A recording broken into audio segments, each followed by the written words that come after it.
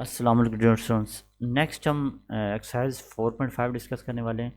सबसे पहला क्वेश्चन है रिमाइंडर थ्योरम के मतलब। रिमाइंडर थ्योरम का मैं थोड़ा सा हिस्ट्री देता हूँ। रिमाइंडर थ्योरम कहता है कि जब आप किसी दो चीज़ों को डिवाइड करते हैं तो हमें कोई रिमाइंडर मिलता है, यानी जो बाद में जो एंड पे चीज़ बनती है उसको रिमाइंडर कहते हैं। तो रिमाइंडर थ्योरम के ज़रिए हम बगैर डिवीजन के हम क्या कर सकते हैं, एंड पे रिमाइंडर फाइंड कर सकते हैं। मैं उसकी मिसाल देता हूँ। मिसाल के तौर पे अगर 9 को आप 2 से डिवाइड करते हैं, मैं एग्जांपल देता हूँ एक सिंपल। जब 9 को 2 से डिवाइड किया, 9 डिवाइडेड बाई 2, तो आपके पास 2 4 और 8 आता है और यहाँ पे 1 आ जाता है। अब ये 1 एक रिमाइंडर है। 1 क्या है? एक रिमाइंडर है। तो इसी तरह इक्वेशन में जैसे कि हमारे पास कोई भी एक इक्वेशन हो, एक इक्वेशन को जब x square plus 3x plus 7 को x प्लस 1 से डिवाइड करते तो एंड पे एक रिमाइंडर बचेगा। ठीक है, ये तो मैंने नंबर की मिसाल दी ना आसानी के लिए। तो जो रिमाइंडर बचता है, जैसे कि यहाँ पे रिमाइंडर बच रहा है 1 बच रहा है, वो आप बगैर डिवीजन के हल कर सकते हैं। उसका तरीका ये होता है, अगर दो इक्वेशन है, मसलन ये वाली इक्वेशन है, मैं इस इक्वेशन को एफ ऑफ एक्स कह देता हूँ। ये जो x square plus 3x plus 1 है, इसको मैं x square plus 3x plus 7 को मैं इसको मैं एफ ऑफ एक्स कह देता हूँ। ये कोई फंक्शन है। तो अब मैं इसको डिवाइड करता हूँ एक्स प्लस 1 से, यानी एफ ऑफ एक्स प्लस 1 हमारे पास एक ऐसी पोलिनोमियल है जिससे हम डिवाइड करते हैं। तो डिवाइड करने के यानी रिमाइंडर मालूम करने के लिए डिवीजन के बगैर वाला तरीका ये है कि आप x प्लस 1 को 0 करके यहाँ से x की वैल्यू निकालेंगे। x की वैल्यू यहाँ से क्या निकलेगी? -1।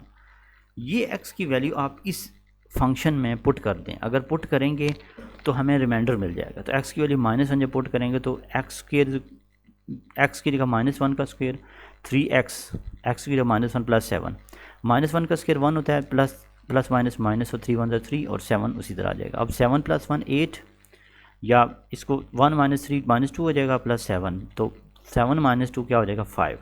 तो यहाँ पे रिमाइंडर आ गया 5, यानी बगैर डिवीजन के हमने रिमाइंडर मालूम किया with this synthetic remainder theorem. तो ये रिमाइंडर थ्योरम होता है कि दूसरी इक्वेशन को जिसको आप डिवाइड कर रहे हैं, डिवाइजर को 0 पुट करके वहाँ x की वैल्यू निकाल के इसमें पुट करें तो हमें रिमाइंडर फाइंड हो सकता है। यहाँ पे भी देखें x माइनस 2 डिवाइड कर रहे हैं इस टर्म के साथ, यानी ये जो टर्म है x cube plus minus x square plus 5x plus 4, यानी इसमें इस तरह है x cube minus x square plus 5x plus 4। इसको डिवाइड करना है हमने x माइनस 2 और रिमाइंडर मालूम। तो विदाउट डिवीजन आसान तरीका ये है कि रिमाइंडर थ्योरम के जरिए करें। डिवाइड करने के बजाय हम ये करेंगे x माइनस 2 0 करके x की वैल्यू 2 पुट करेंगे इस इक्वेशन में। 2x की पावर 3 है तो 2 power 3 x square 2 square 5x और 5 इंटू 2 और प्लस 4। तो जब इसमें रिमाइंडर हमारे पास 18 आएगा बगैर डिवीजन के हम बता सकते हैं। तीसरा चौथा क्वेश्चन आपने खुद करना है। जैसे आसान है कि आपने x माइनस 3 0 करके यहाँ से x की वैल्यू 3 इसमें पुट करने तो हमारे पास यहाँ पे रिमाइंडर आ जाता है। फिफ्थ क्वेश्चन में सॉल्व करेंगे फैक्टर थ्योरम। नेक्स्ट है फैक्टर थ्योरम। कि फैक्टर थ्योरम क्या है कि इफ़ हमने ये प्रूफ करना है कि पहला, if the first polynomial is a factor of second polynomial, यानी यहाँ पे दो पोलिनोमियल दिए हुए हैं। एक हमारे पास x square plus 4x plus -5 है, एक है x minus 1।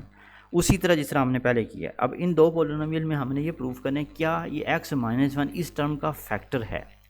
What is factor theorem? Factor theorem ये कहता है कि अगर रिमाइंडर 0 आए, मतलब अगर रिमाइंडर 0 आए तब वो उसका फैक्टर होगा। मिसाल के तौर पे अगर ये इससे कम्प्लीटली डिवाइड हो जाता है, जैसे कि मैं बात करता हूँ, अगर मैं बात करता हूँ 8 है और 2 4 8, तो एंड पे 0 आया। अगर रिमाइंडर 0 आया इसका मतलब है 2 8 का फैक्टर है, मतलब यानी उसको कम्प्लीटली डिवाइड करता है क्योंकि इसका रिमाइंडर 0 आ रहा है। तो हमने चेक करना है कि क्या ये फैक्टर है या नहीं। अगर तो रिमाइंडर 0 आया तो फैक्टर होगा, अगर रिमाइंडर 0 ना आया तो फैक्टर नहीं होगा। तो हमने वही रिमाइंडर थ्योरम ही लेके चलना है फैक्टर प्रूफ करने के लिए। x माइनस 1 को 0 करके x की वैल्यू 1 इस पोलिनोमियल में पुट करेंगे, x के प्लस 4x माइनस 5, और देखेंगे क्या रिमाइंडर 0 आ रहा है। अगर तो रिमाइंडर 0 आया तो वो फैक्टर होगा, अगर रिमाइंडर 0 ना आया तो वो फैक्टर नहीं होगा। तो यहाँ पे क्वेश्चन 5 के अंदर ये 0 आ रहा है तो ये फैक्टर होगा। यस, ये फैक्टर है।